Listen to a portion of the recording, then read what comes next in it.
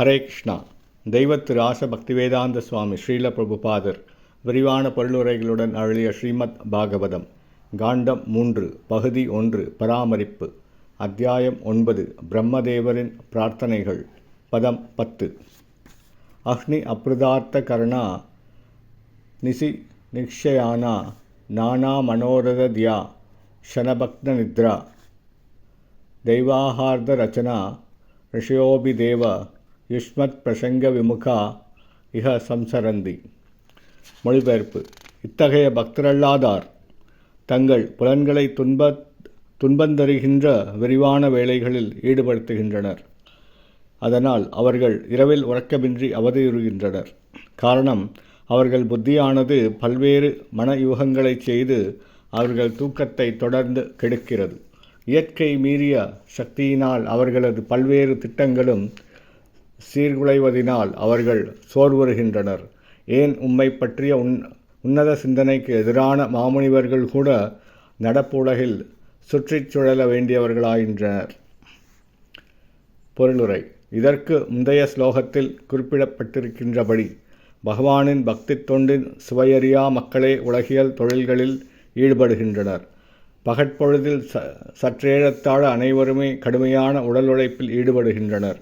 அவர்களது புலன்கள் அனைத்தும் கனரக தொழிற்சாலைகளில் பரந்துபட்ட துன்பம் தரும் கடமைகளில் ஈடுபடுகின்றனர். இத்தொழிற்சாலைகளின் முதலாளிகளோ தாங்கள் உற்பத்தி செய்யும் பொருட்களை விற்பதற்கான சந்தைகளை தேடுவதில் ஈடுபடுகின்றனர்.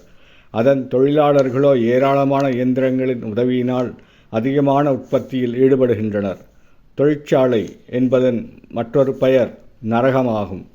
நரக வேதனையினை அனுபவிக்கும் அம்மனிதர்கள் இரவுகளில் சோர்ந்திருக்கும் தம் புலன்களுக்கு உற்சாகமூட்ட மதுவையும் மங்கையையும் நாடுகின்றனர். ஆயினும் அவர்களால் ஆழ்ந்த நித்திரை கொள்ள முடிவதில்லை. காரணம், அவர்களின் பல்வேறு மனயூக திட்டங்கள் தொடர்ந்து அவர்கள் நித்திரையை கெடுக்கின்றனர். இவ்வாறு அவர்கள் நித்திரையின்றி வருந்துவதினால் சில வேளைகளில் பகலில் போதிய ஓய்வில்லாத காரணத்தினால் உறங்கிவிடுகின்றனர். இயற்கைக்கும் மீறிய சக்தியின் ஏற்பாடுகளினால் உலகின் மிகப்பெரிய விஞ்ஞானிகள் சிந்தனையாளர்களும் கூட தங்கள் பல்வேறு திட்டங்களின் சீர்குலைவினால் பிறவிகள் தோறும் இந்த உலகில் கிடந்து அழுகுகின்றனர்.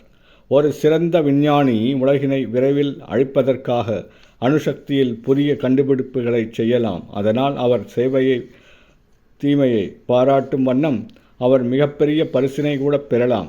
ஆயினும் அவர் செய்த செயலுக்கு தண்டனையாக மனித சக்திக்கு எட்டாத ஜட இயற்கையின் விதியின் கீழ் மீண்டும் மீண்டும் ஜனன மரண சுழற்சியில் கிடந்து அழுந்த வேண்டியிருக்கிறது. பக்தி தொண்டிற்கு எதிராக இம்மனிதர்கள் அனைவரும் இந்த உலகில் கிடந்து நிச்சயம் உழல்கின்ற நிலையினையே அடைவர். இஸ்லோகம் குறிப்பாக பகவானின் பக்தி தொண்டிற்கு எதிரான முனிவர்களை கூட அவர்கள் உலகியல் வாழ்வின் காலச்சுழலில் சிக்கிக்கொள்வர் என்று கண்டிக்கிறது. இக்காலத்தில் மட்டுமல்ல, இதற்கு முந்தைய காலங்களில் கூட பல்வேறு முனிவர்கள் பரம புருஷ பகவானுக்குரிய பக்தி தொண்டினை குறிப்பிடாது சமய அறநெறியில் தங்கள் சொந்த முறைகளை கண்டுபிடிக்க முயன்றனர். ஆயினும் பரமபுருஷ பகவானுக்கு தொண்டு செய்யாது எந்தவித சமய அறநெறிகளும் இருக்க முடியாது. உயிர் பொருள்கள் அனைத்திற்கும் தலைவராக விளங்குபவர் பரம புருஷ பகவானே ஆவார். அவரை விட சிறந்தவராகவோ அவருக்கு இணையானவோ எவருமில்லர். பகவானின் அருவத்தன்மையோ அல்லது எல்லைக்குட்பட்ட சர்வ வியாபக தன்மையையோ கூட முழுமுதற் கடவுளுக்கு இணையாக முடியாது. ஆகையினால் பக்தி தொண்டு கொள்கையில்லாது உயிர்கள் முன்னேறுவதற்கான சமயமோ அல்லது சரியான தத்துவ முறைகளோ இருக்கவே முடியாது. சுய விடுதலைக்காக தவம் மற்றும் துறவு நெறிகளில் அதிக துன்புறும் அருவவாதிகள் வேண்டுமென்றால் அருவ பிரம்ம ஜோதியினை அடையலாம்.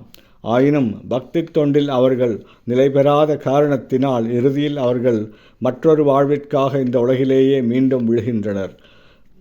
பகவானுக்கு பக்தி தொண்டு செய்யாமலேயே விடுதலை பெற்றுவிட்டோம் என்னும் தவறான கருத்துடைய மனிதர்கள் பிரம்மஜோதி என்னும் லட்சியத்தினை அடையலாம். ஆயினும் அவர்களது உணர்வின் தூய்மைக்கேடும் வைகுண்ட லோகத்தில் அடைக்கலம் பெற வேண்டும் என்னும் விருப்பமும் அவ்விடுதலை பெற்றதாக எண்ணுகின்ற மனிதர்களை மீண்டும் உலகியல் வாழ்வு பெற கீழே தள்ளிவிடுகின்றன. ஆகையினால் பகவானின் பக்தி தொண்டின் கொள்கையில்லாது எவரும் எந்தவித சமய அறநெறிகளையும் உண்டாக்கிவிட முடியாது. ஸ்ரீமத் பாகவதத்தின் 6வது காண்டத்திலிருந்து சமய அறநெறிகளை தோற்றுவித்தவர் பகவானே என்று நாம் அறிந்து கொள்ளலாம். பகவத்கீதையிலும் கூட பகவான் தன்னை சரணடையச் சொல்லும் சமய அறநெறியினை தவிர பிற சமய நெறிகள் அனைத்தையும் கண்டிக்கிறார். எந்த முறையானது பிற எல்லாவற்றையும் விட பகவானின் பக்தி தொண்டிற்கு நம்மை இட்டுச் செல்கிறதோ அது ஒன்றே உண்மையான சமயம் அல்லது தத்துவம் எனப்படும். 6வது காண்டத்தில் நம்பிக்கையற்ற உயிர்களை நெறிப்படுத்துபவரான யமராஜனின் கூற்றினை நாம் காணலாம். சமய அறநெறிகளை துவக்கி வைத்தவர் முழுமுதற் கடவுள் ஒருவரே அன்றி பிற தேவர்களோ முனிவர்களோ எவருமோ அல்லர். மான்முனிவர்களும் தேவர்களும் சமய அறநெறிகளை தோற்றுவிக்கும் அதிகாரம் பெற்றவர்கள் அல்லர் எனும் பொழுது பிற யோகிகள், அசுரர்கள், மனிதர்கள், வித்யாதர்கள், சாரணர்கள் போன்ற கீழ் உலகங்களில் வாழ்பவர்களை பற்றி என்ன சொல்வது?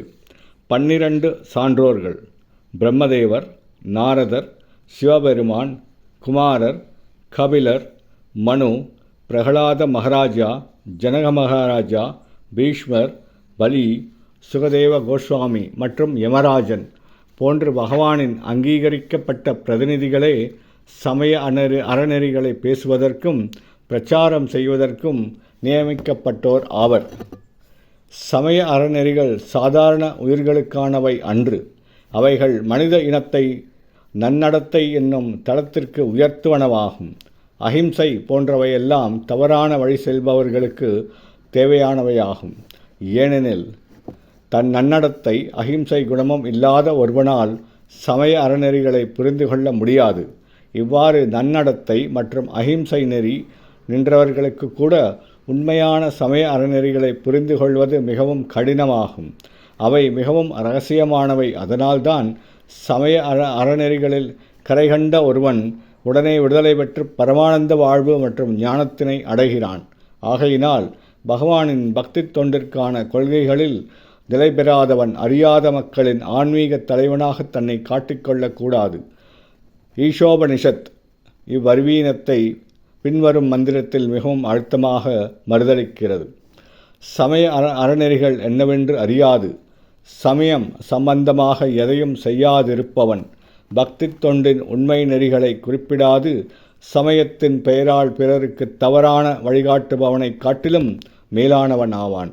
இது போன்ற பெயரளவு சமயத் தலைவர்களே உண்மையில் பிரம்மதேவர் போன்ற உயர் அதிகாரம் உடையவர்களால் கண்டிக்கப்படுகின்றனர். ஹரே கிருஷ்ணா.